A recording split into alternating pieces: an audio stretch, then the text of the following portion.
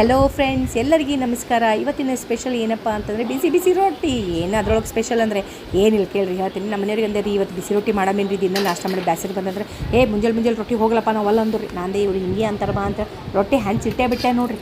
ಯಾರಿಗುಂಟು ಯಾರಿಗಿಲ್ಲ ರೀ, ಅವನು ಬೇಡದವ್ರಿಗೆ ಜಲ್ದಿ ಬಿಸಿ ರೊಟ್ಟಿ ಸಿಗಲ್ಲ ಅಂತಾರೆ, ಒಲ್ಲ ಅನ್ನಕತ್ತಾರೆ ಉಂಟಾನೆ ಇಲ್ಲ ಅಂತ ಹೇಳ್ತಾರೆ. ಮಾಡಕ್ಕೆ ನಿಂತರಿ ನೋಡ್ರಿ. ಈಗ ಬಿಸಿ ಬಿಸಿ ರೊಟ್ಟಿ ಮಾಡಿದ್ರಿ, ಲಾಸ್ಟಿಗೆ ತಾವೇ ಶಿಸ್ತಾಗಿ ಎಡ್ಡೆಡ್ ಬಿಸಿ ರೊಟ್ಟಿ ಉಂಡ್ರಿ.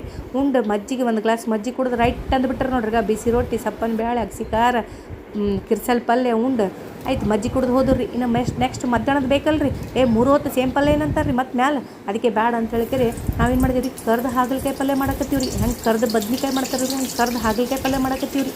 ಈ ಕಡೆ ರೊಟ್ಟಿ, ಈ ಕಡೆ ಹಾಗಲಕಾಯಿ ಪಲ್ಯ ನಮ್ಮ ನೆಗಣಿದು ನಡೀತಾ ಅಂತೇಳಿ ರೀ.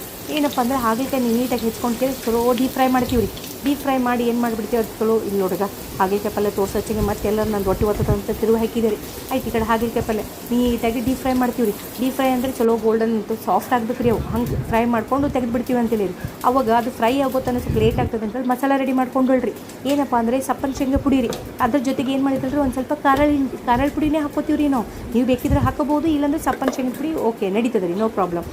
ಸ್ವಲ್ಪ ಖಾರ ಪುಡಿ ಹಾಕ್ಕೊಂಡಿವಿ ರೀ. ಆಮೇಲೆ ಹುಣಸೆಹಣ್ಣು ಪುಡಿ ರೀ. ಇದೇನಪ್ಪ ಹುಣಸೆಹಣ್ಣು ಪುಡಿ ಅಂತಾರಲ್ಲ ಅಂತ ಅದ್ರ ಕತೆ ನಿಮ್ಗೆ ಆಮೇಲೆ ಹೇಳ್ತೀನಂತ ರೀ. ಹುಣಸೆಹಣ್ಣು ಪುಡಿ ರೀ. ಹುಣಸೆಹಣ್ಣು ಪುಡಿ ಆದಮೇಲೆ ಏನು ಮಾಡ್ತೀವಿ, ಸ್ವಲ್ಪ ಬೆಲ್ಲ ಹಾಕೋತೀವಿ ರೀ.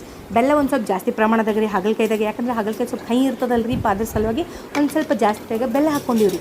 ಅದಾದಮೇಲೆ ಏನಪ್ಪ ಅಂದರೆ ಜೀರಿಗೆ, ಆಮೇಲೆ ಅರಿಶಿಣ ಹಾಕಿ ಇವೆಲ್ಲ ಹಾಕಿದ್ಮೇಲೆ ಏನಾರು ಬಿಟ್ಟರೆ ನಡೀತದೇನು ರೀ, ಏನು ಉಪ್ಪಿಗಿಂತ ರುಚಿ ಬೇರೆ ಇಲ್ಲ, ಅದಕ್ಕೆ ಉಪ್ಪು ಬೇಕೇ ಬೇಕು ರೀ.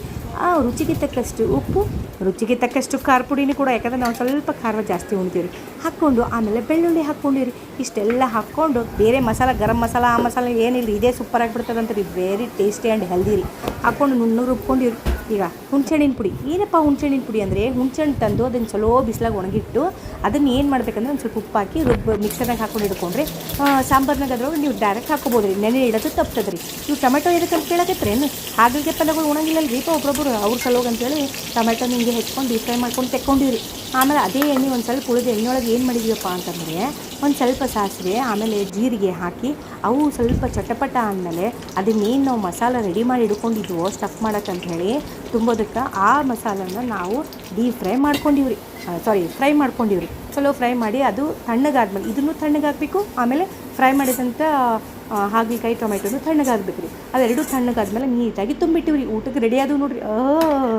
ಬಾಯಿಗೆ ನೀರು ಬರಕತ್ತವಲ್ಲ ನೋಡಿರಿ ಒಂದ್ಸರಿ ನೀವು ಮಾಡಿಕೊಂಡು ಹೆಂಗಾಗಿತ್ತು ಅಂತೇಳಿ ಕಮೆಂಟ್ ಬಾಕ್ಸ್ನಾಗ ಹಾಕಿರಿ ನನಗೆ. ಆಮೇಲೆ ಏನಂದ್ರೆ ನಾವು ಕಾಯಿಪಲ್ಲೆ ತಂದು ತೊಳೆದು ಕಾಟನ್ ಬಟ್ಟೆ ಮೇಲೆ ಹಾಕಿ ಒಣಗಿಸಿಟ್ಟು ಅವು ಚೀಲ್ದಾಗ ತುಂಬಿ ಫ್ರಿಜ್ನಾಗ ಇಟ್ಟೇರಿ. ಆಮೇಲೆ ಊಟ ಮಾಡೋ ಬರ್ರಿ ಅಂತಂದು ತಾಟ್ ಹಚ್ಚಿದೆ ರೀ ನಾ ಎಲ್ಲರಿಗೆ. ಏನಂತಂದ್ರೆ ನೋಡಿರಿ, ಹಾಗಲಕಾಯಿ ಪಲ್ಯ, ಕಿರ್ಸಲ್